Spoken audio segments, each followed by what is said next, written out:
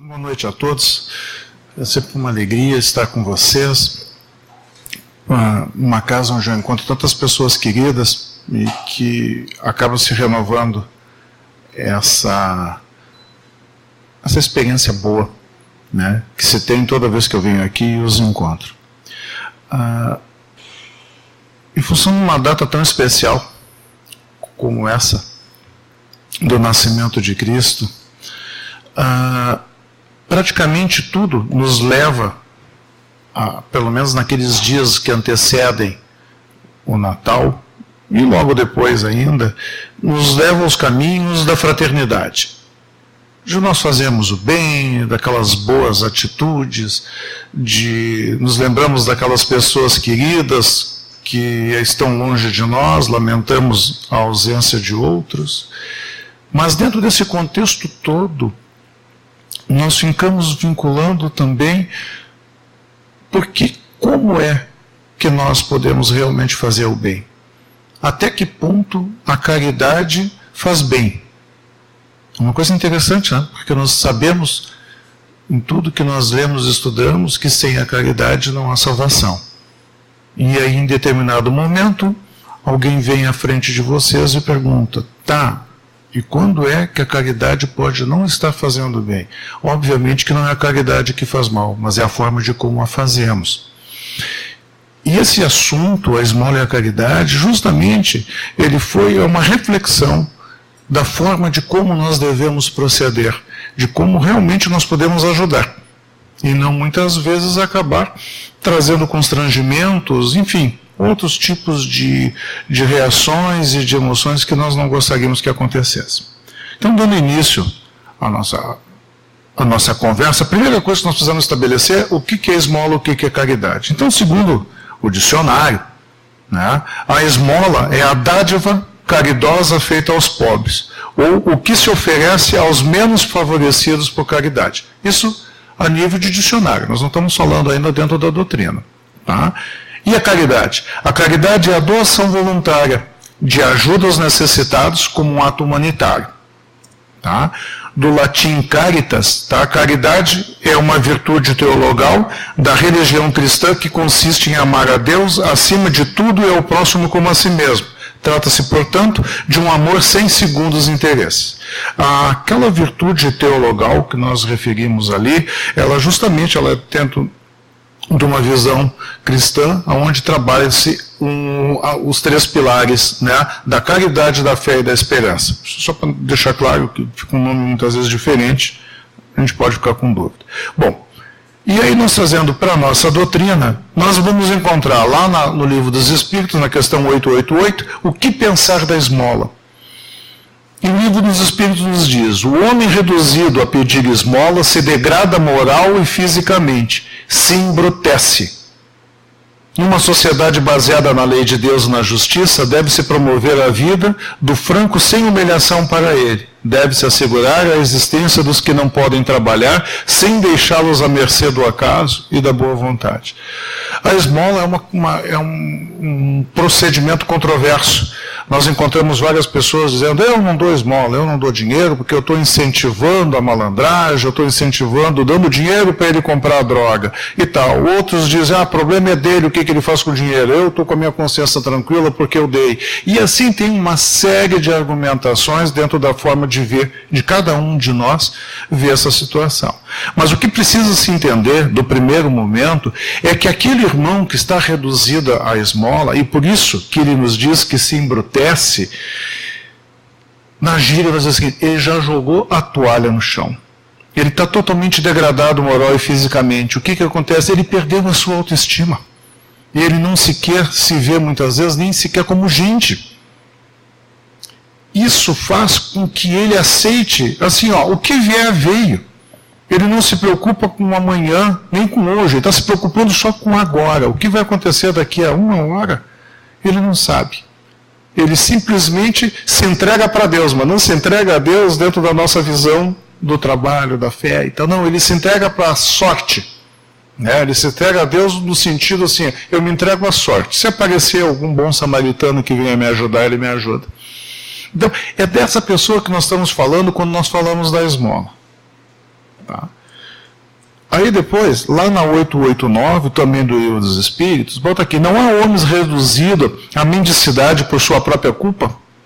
E olha só que coisa interessante, eles dizem, sem dúvida, todos nós somos culpados por aquilo que fazemos, pelo que sofremos, né?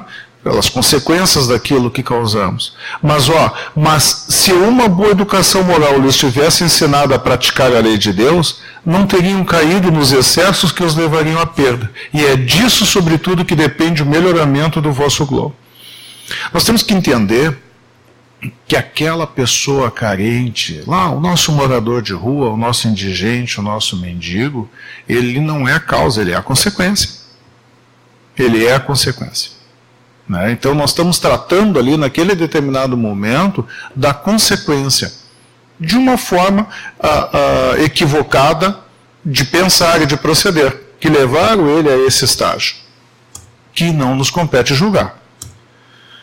Na questão 886, está ali, qual é o verdadeiro sentido da palavra caridade e como entende Jesus? Benevolência para todos, indulgência para com as imperfeições alheias, perdão das ofensas. E aí, o Kardec comenta dizendo, na mesma questão, o amor e a caridade são o complemento da lei de justiça, porque amar ao próximo é fazer-lhe todo o bem possível que desejaríamos que nos fosse feito. Tal é o sentido das palavras de Jesus, amai-vos uns aos outros como irmãos. E por fim, na 887, Jesus ensinou ainda, amai aos vossos inimigos. Ora, o amor pelos nossos inimigos não é contrário às nossas tendências naturais e a inimizade não provém de uma falta de simpatia entre os espíritos? E ele nos responde, sem dúvida não se pode ter para com os inimigos um amor terno e apaixonado. E não foi isso que ele quis dizer. Amar aos inimigos é perdoá-los, é pagar-lhes o mal com o bem. É assim que nos tornamos superiores, pela vingança nos colocamos abaixo deles. Olha que importante, e como nós fazemos muitas vezes algumas interpretações do Evangelho totalmente equivocadas. Porque quando nós falamos de amar os nossos inimigos, nos parece uma coisa impraticável. E ela é. Ela só começa a ser aceitável a partir do momento em que nós expressamos que amar o inimigo é perdoá-lo. Porque isso é uma demonstração de amor. E aí tudo muda. Tudo muda, porque aí nós estamos fazendo que nós paramos de julgar ele e nós vamos conter o mal que está em nós. É o mal que está em nós, que nós estamos contendo a partir do momento em que nós o perdoamos. Obviamente que é um exercício extremamente difícil, mas nem por isso nós podemos perdê-los de vista. Bom, trazendo então aí agora um desenvolvimento da nossa conversa, toda a parte expositiva agora, ela foi baseada nas leis morais do Rodolfo Caligares. Então essa é a nossa fonte aqui. Quiser depois dar uma olhada, eu recomendo, realmente traz assuntos muito interessantes. Então, tipos de esmola. Quais são os tipos de esmolas que existem? Então, nós temos o primeiro, a esmola sem caridade. É a doação sem sentimentos, indiferente, sem amor. É aquela pessoa que chega na sinaleira ali no nosso carro, ela bate, a gente pega aquela moedinha que a gente só faz assim, a gente nem olha para ele. Tá, deu. Né? Pode sair de perto de mim agora, porque eu tenho outras coisas importantes para fazer. Né? A gente se livra do mendigo. Essa é a esmola sem caridade. Ela é mecânica. Ela não diz nada para nós e, se não fosse a degradação moral daquele que pede, estaria simplesmente humilhando isso, fazendo mais mal do que a própria dificuldade que ele tem. A essas e outras esmolas em que o coração não intervém é que o apóstolo Paulo quis referir-se na sua primeira epístola aos Coríntios, quando ele diz, mesmo que eu houvesse distribuído meus bens para alimentar os pobres, se eu não tivesse caridade, de nada me serviria. É preciso se entender, nós vamos aprofundar isso no decorrer da nossa conversa, a caridade ela tem que estar em nós. Não é uma questão só de nós praticarmos ela. Ela tem que estar em nós. Aí o segundo tipo de esmola é a esmola com caridade. Ela deixa de ser aquela esmola mecânica e ela começa a realmente termos ela no nosso coração. Então a esmola será tanto mais meritória aos olhos de Deus, quanto mais puro seja o seu conteúdo caritativo. Isto é, quanto mais as escondidas seja feita, quanto mais delicadeza encerre, quanto mais abnegação expresse, quanto menos vergonha cause a quem recebe. Muda tudo. Considerando aquele primeiro tipo de esmola que nós exemplificamos no carro, vocês podem ver que muda totalmente a forma de como se fazemos isso, de como nos colocamos dentro desse contexto. Tá? E dentro da esmola com caridade, nós poderíamos separar em 7 degraus de caridade, de evolutivos. E que todos eles, nós temos alguma coisa deles. E quase nenhum nós o temos na plenitude. Né? Mas é importante porque nós possamos entendermos e termos fazemos uma autocrítica nossa, da forma de como nós procedemos com isso. Então, no primeiro degrau, situam-se as esmolas concedidas de boa vontade, quando solicitadas, esperando os doadores provas de gratidão dos infelizes, os quais favorecem. Muitas vezes a gente faz alguma doação para alguém e tal, e a gente fica olhando para ver qual é a reação que a pessoa vai ter. Né? Tipo assim, eu que estou te dando. Né? É uma cobrança. É uma coisa incrível. A gente faz por maldade? Não, a gente não faz por maldade. A gente faz muito mais por incompreensão, pela incompreensão de nós mesmos, pelos nossos tipos de sentimento. Mas a verdade é que nós estamos cobrando a conta ali. Quando nós fazemos isso, ficamos esperando a reação de que ele seja grato pelo que está recebendo de nós estamos cobrando a conta. E essa conta não é nós que temos que cobrar. A verdade, o que nós estamos fazendo é pagando uma conta. Quando nós fazemos a caridade, quando nós exercemos ela, nós estamos pagando uma conta, nós não estamos nos tornando credor de ninguém. Né? Então, esse é o primeiro degrau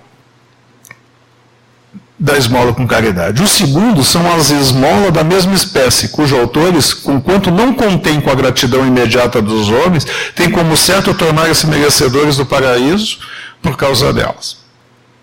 Aí nós pegamos, nós vamos dar, nós olhamos para a espiritualidade superior e dizemos, vocês estão vendo? Estou entregando. Não esquece, anota.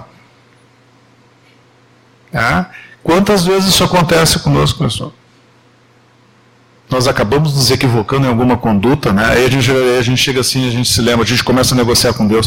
Mas hoje teve aquele rapaz lá que me pediu um dinheiro lá na sinaleira, eu dei para ele, depois eu ajudei uma outra pessoa lá com a sacola do supermercado, a gente começa a elencar todas as coisas que a gente fez boa para poder dizer, olha, a coisa mesmo está compensando. Então, isso é nosso, faz parte de nós isso. Então, esse seria o segundo grau da esmola com caridade. O terceiro são as espontâneas, porém não na justa medida dos recursos que disponha de doar. É aquela história da gente quer dar um dinheiro ali para aquela pessoa que está precisando, aí a gente olha na carteira, tem a menor nota que a gente tem é de R$2. A gente olha, tu tem troco para um? Que R$1 eu te dou. Né? Então, e vai fazer falta aqueles 2 para a gente? Ou aqueles 5 pila? Muitas vezes é os 5 pila que a gente tem para voltar para casa, para pegar o ônibus, isso é compreensível. Mas eu também conheço um jovem super desprendido, como todo jovem, ligado no telefone, ligado no tênis, do boné. Então, um dia pediram para ele olhou, pedimos se ele podia dar alguma ajuda, e ele realmente tinha 5 pila, eram 5 pila da passagem dele, e ele deu. E voltou para casa a pé. Né? Quando chegou, os pais estavam preocupados lá, que ele estava 1 hora atrasado do horário que ele costuma chegar, porque ele voltou para casa a pé. Então, ele conseguiu. Ele fez.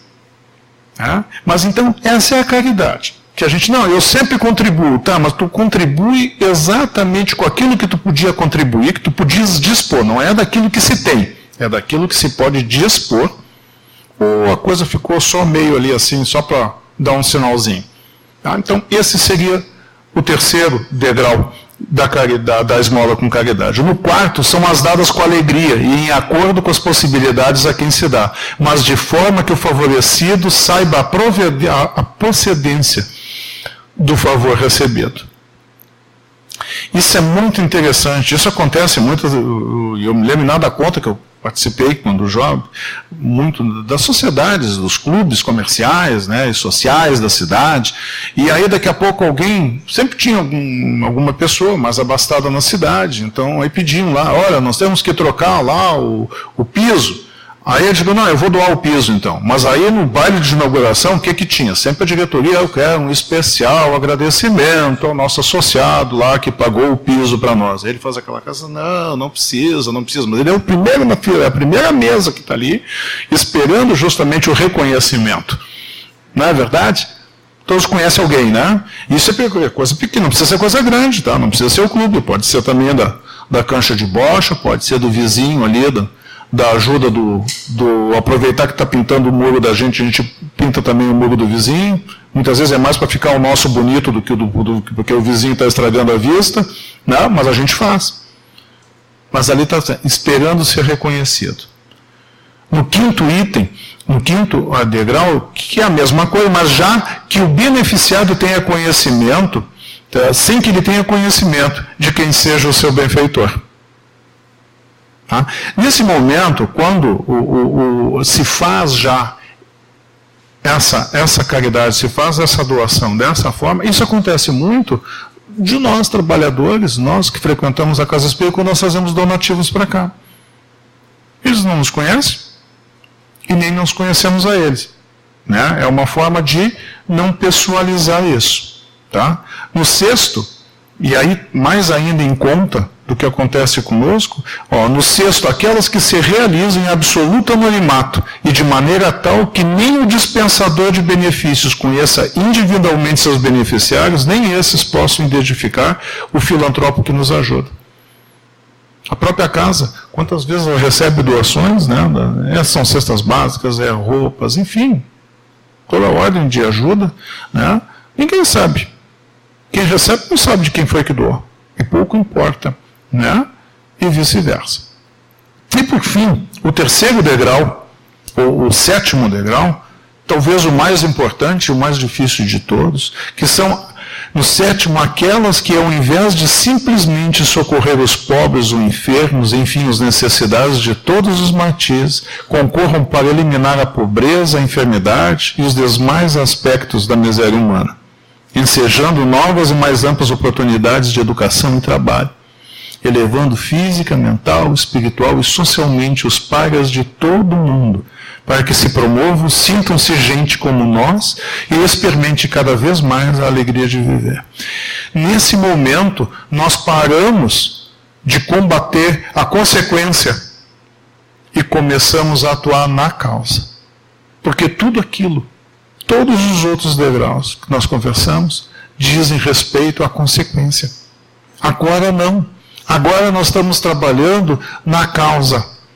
Nós sabemos que a falta da educação, que a falta da esperança, que a falta da compreensão, tudo isso faz. A consequência disso é justamente lá depois a vida desregrada, né? As famílias desregradas, a comunidade.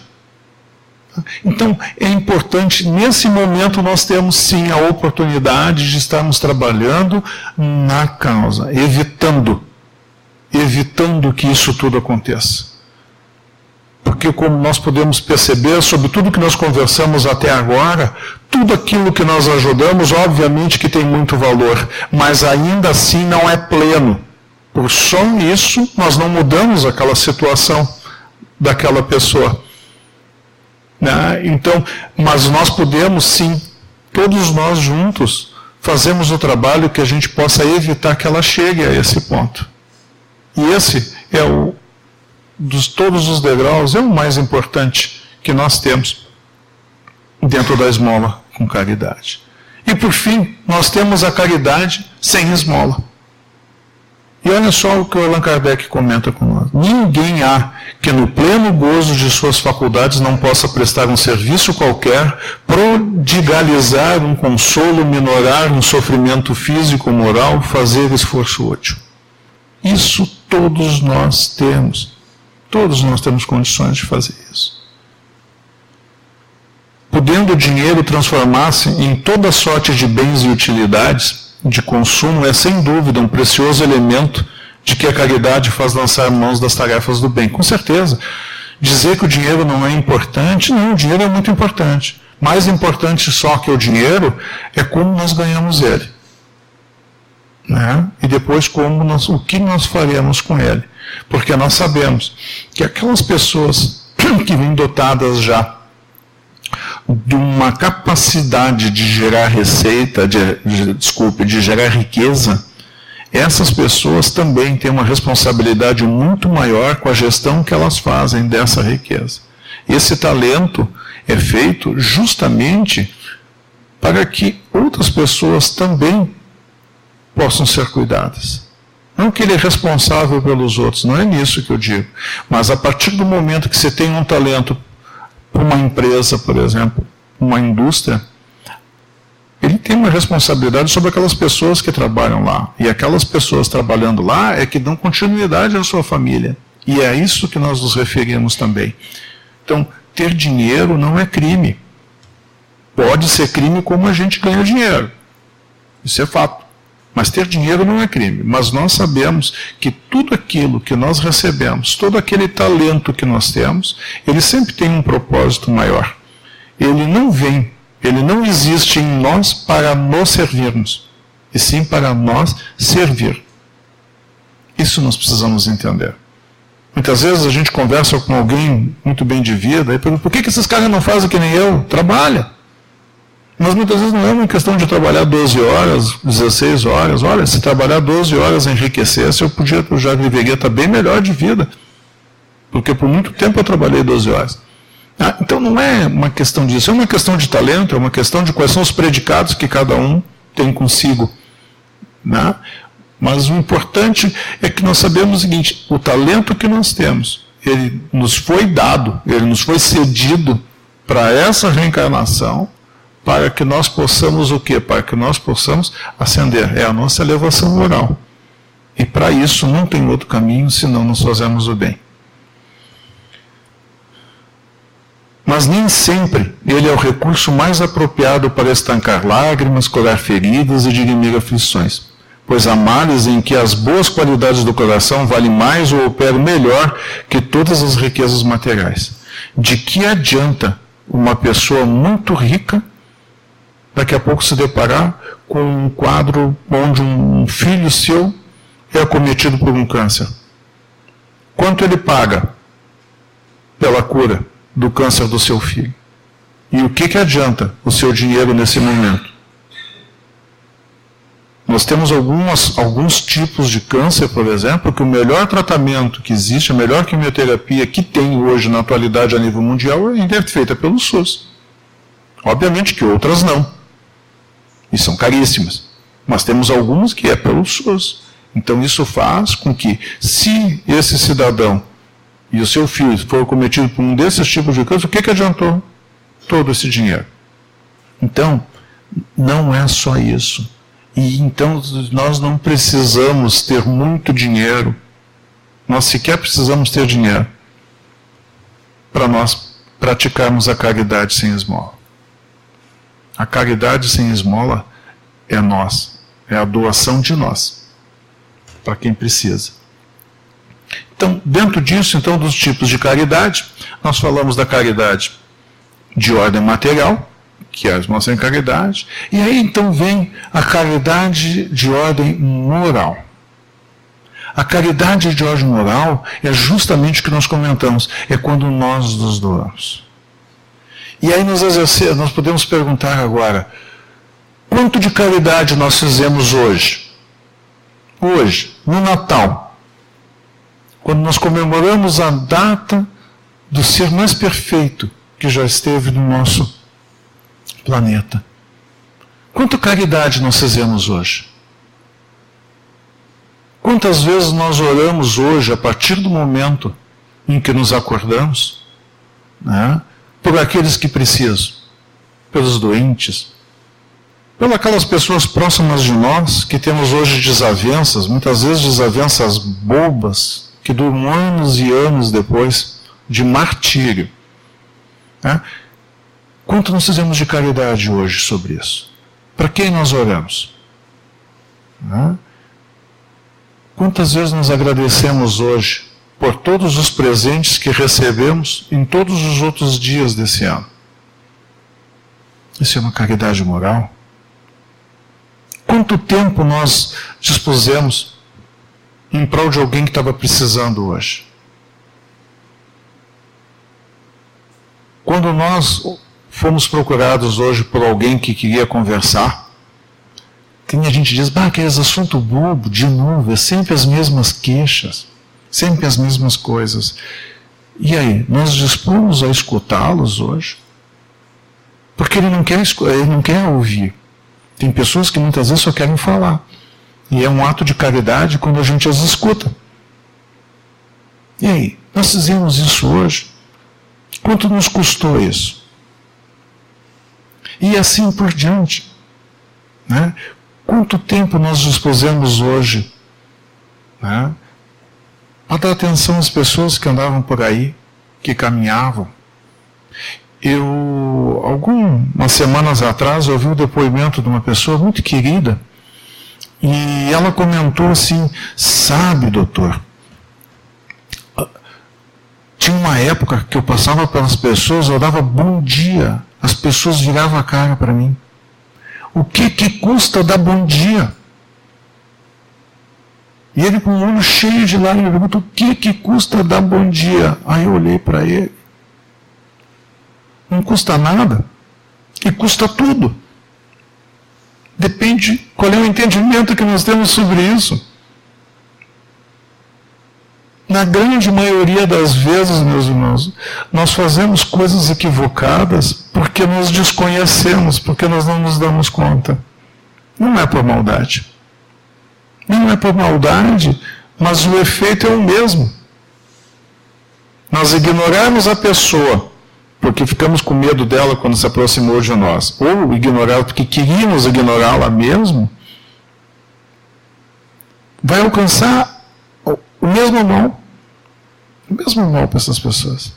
Então, é muito importante que quando nós trabalhamos quando nós falamos de caridade, principalmente da caridade moral, que nós saibamos que nós só podemos exercer essa caridade a partir do momento em que nós introspectamos isso dentro de nós.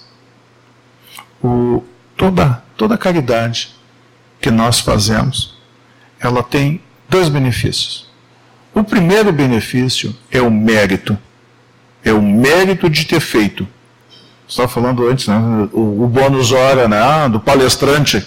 Né? O bônus hora do palestrante. A gente assina um termo aqui, é um recibo, tá? Depois, quando a gente chega lá em cima, diz, olha aqui, dei mais uma palestra aqui, alguns minutos, talvez isso nos ajude. Né? Então, o primeiro é o mérito de ter feito a caridade. O segundo é nós consolidarmos aquele sentimento em nós. Porque se nós não consolidamos aquele sentimento de amor, de fraternidade dentro de nós, acontece o que o Haroldo Dutra Dias nos diz. Se nós simplesmente obtermos o mérito da caridade, nós nos tornamos um mendigo que passamos com um prato de ouro para pedir a moedinha. Porque nós temos o mérito pelo bem que fizemos, mas não melhoramos em nada com ele. Interessante isso, né?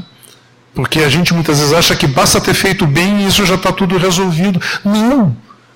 Nós temos que nos impregnar desse bem e manter ele em nós.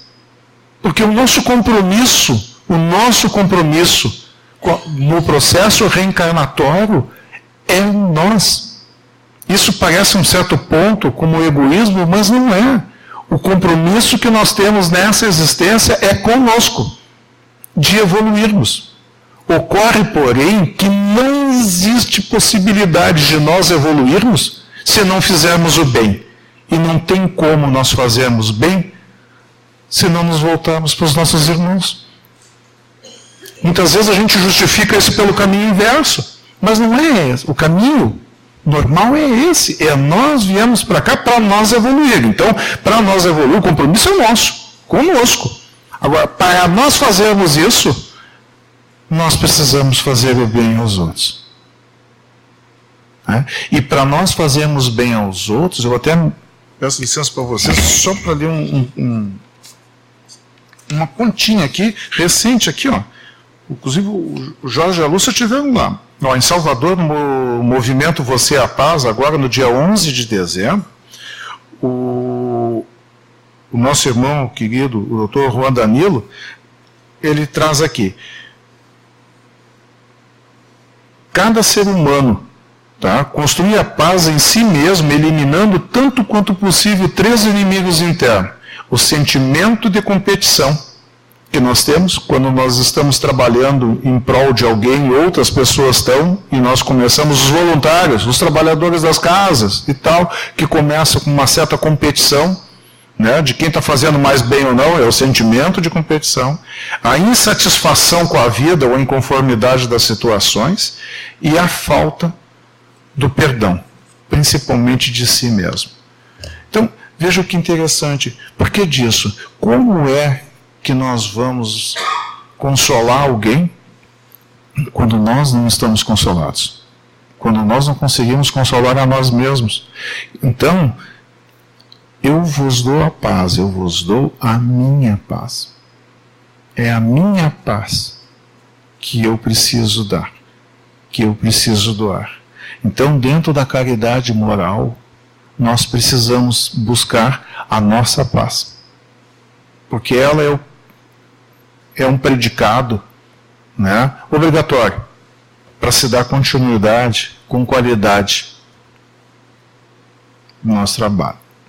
Então, a caridade moral, nós podemos fazê-la a todo instante. Nós temos 3.600 minutos, é isso? Dia, né, para fazermos o bem. Tá? Porque nós podemos fazer o bem em 1 minuto. O mal também. Quando nós falamos sobre a questão 888 do Livro dos Espíritos, o que pensar da esmola, propositalmente nós deixamos a segunda parte da pergunta, que era a 88A. Então condenais a esmola? E ele nos diz, os Espíritos, não, pois não é a esmola que é censurável, mas quase sempre a maneira por que ela é dada. O homem de bem, que compreende a caridade segundo Jesus, vai ao encontro do desgraçado, sem esperar que ele lhe estenda a mão. Então, nós trouxemos isso somente agora, porque começa a fazer o sentido, então, daquilo tudo que colocamos. A maneira de como nós vamos fazer o bem. Tá? Vamos praticar a caridade. E aí vem uma mensagem do São Vicente de Paulo, que nos diz o seguinte: a verdadeira caridade é sempre boa e benevolente, tanto está no ato quanto da maneira de fazê-la. Um servidor prestado com delicadeza, um serviço prestado com delicadeza tem duplo valor. Se o for com altivez, a necessidade pode fazê-lo aceito, mas o coração mal será tocado. É o que nós comentamos. É o que nós comentamos. Nós temos que ter um cuidado que quando nós exercemos a caridade, seja de que forma for, nós não podemos tirar daquela pessoa que precisa o que nós não podemos lhe devolver. E eu estou falando da dignidade. Nós não podemos, em momento algum, tirarmos a dignidade daquela pessoa quando nós exercemos a caridade para com ela. Sei que tu está mal mesmo, ó, toma aqui essas roupas estão horríveis, ó, pega mais isso aqui, leva isso junto, isso, vai embora, vai com Deus. Ah, quer dizer, ele vai aceitar? Claro que ele vai aceitar, ele está precisando. Mas e como é que ele está se sentindo nesse momento? Então, assim, até que ponto nós estamos realmente ajudando ele? Lembrai-vos ainda de que a ostentação apaga aos olhos de Deus o mérito do benefício. Jesus disse que a vossa mão esquerda ignore o que faz a direita. Com isso, ele vos ensina a não manchar a caridade pelo orgulho. É necessário distinguir a esmola propriamente dita da beneficência. O mais necessitado nem sempre é o que pede. O temor da humilhação retém o verdadeiro pobre, que quase sempre sofre sem se queixar. É a esse que o homem verdadeiramente humano sabe assistir sem ostentação. Isso também é muito importante. Muitas vezes, a pessoa que está no nosso lado, ela está sofrendo. E muito. E ela não tem coragem de dizer isso. E nós não se damos conta muitas vezes. E muitas vezes, inclusive, nós pedimos mais do que ela possa nos ajudar. E ela ainda assim nos ajuda. Quantos de nós vemos de origens bastante humildes, e eu sou um desses, né? Toda a dificuldade que meu pai teve com os seus irmãos, felizmente nossa família sempre teve muito bem de vida depois, mas aquelas dificuldades lá no passado, onde faltava, onde é que nós dizíamos da giga da mão para a boca, né? Trabalha hoje, quando está voltando para casa, comprava o que dava no armazém e levava então, porque era a refeição da noite e do outro dia. E a gente se lembra, alguns de nós tem os pais que se lembram dos pais disso, dos avós. E eles não iam ao encontro de pedir ajuda, coisa, eles seguravam aquilo. E a gente via muitas vezes a tristeza ali, né, das pessoas, muitas vezes os filhos comendo e os pais esperando eles comer para ver se sobrava alguma coisa, para eles continuarem. Olha a grandiosidade e a demonstração de amor, de responsabilidade que eles tinham para com seus filhos, para com seus netos. Né? Essas pessoas, elas dificilmente externam essa necessidade.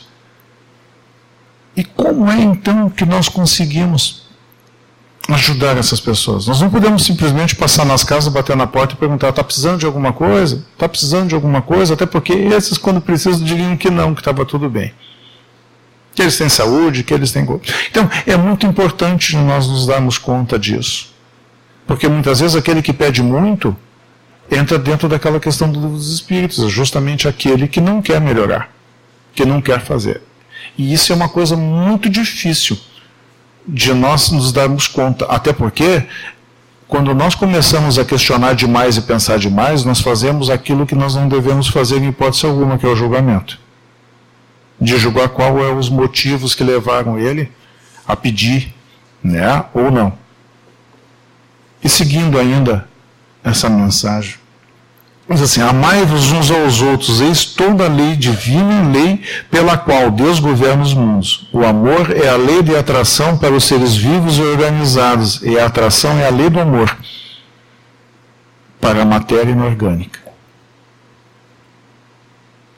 Não ouvireis jamais que o espírito, qualquer que seja o seu grau de adiantamento, sua situação como reencarnado, ou na erraticidade, está sempre colocado entre um superior que o guia e aperfeiçoa e um inferior perante o qual tem deveres iguais a cumprir.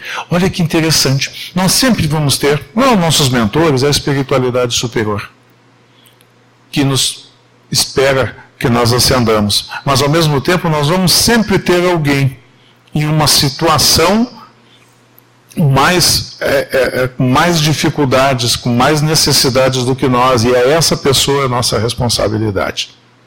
O bem que recebemos desse irmão é o bem que se espera também que nós alcancemos ao outro. Sede, portanto, caridosos, não somente dessa caridade que vos leva a tirar do bolso o óbolo que friamente atirais ao que ousa pedir-vos, mas ide ao encontro das misérias ocultas, sede indulgentes para com os erros dos vossos semelhantes. Em lugar de desprezar a ignorância e o vício, instruí-vos e moralizai-vos, sede afáveis e benevolentes para com todos os que vos são inferiores, sede o mesmo para com os mais íntimos seres da criação, e tereis obedecido à lei de Deus. É bonita essa mensagem, né? E ela nos dá todo o caminho de como nós devemos proceder.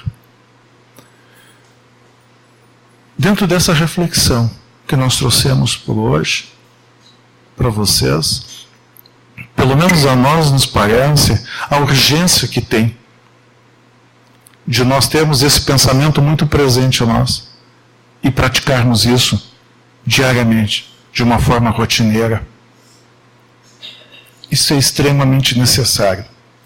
O grande arrependimento, o pior arrependimento que podemos ter a partir do nosso reencarne é por aquilo que nós deixamos de fazer. É o remorso daquilo que nós poderíamos ter feito e não o fizemos. Ao contrário, daquela conversa que o professor nos dizia, principalmente na educação física, não te preocupa, vocês não ganharam, mas o importante é competir, né? E a gente fazia de conta que aquilo consolava, mas era horrível, porque todo mundo queria ganhar o campeonato, né? Na doutrina espírita é diferente. Na doutrina espírita, realmente, nós somos julgados, não é pelo que nós conseguimos, mas pelo esforço que nós fazemos para conseguir. É o esforço de cada dia, das limitações de que cada um de nós tem. O que é fácil para um é difícil para o outro. E nós temos que ter em nós que nós precisamos perseguir isso. Porque lá no final, nós temos duas palavras que realmente são importantes para nós. Consciência tranquila. No final, no nosso último suspiro, é isso que vai fazer toda a diferença em toda a nossa existência. A consciência tranquila de que realmente nós fizemos tudo aquilo que fizemos, que nós poderíamos ter feito, que nós tenhamos ajudado a todos aqueles que nós poderíamos ter feito alguma diferença na vida deles e que deixamos de fazer, ou de que fizemos. Isso faz todo sentido para nós.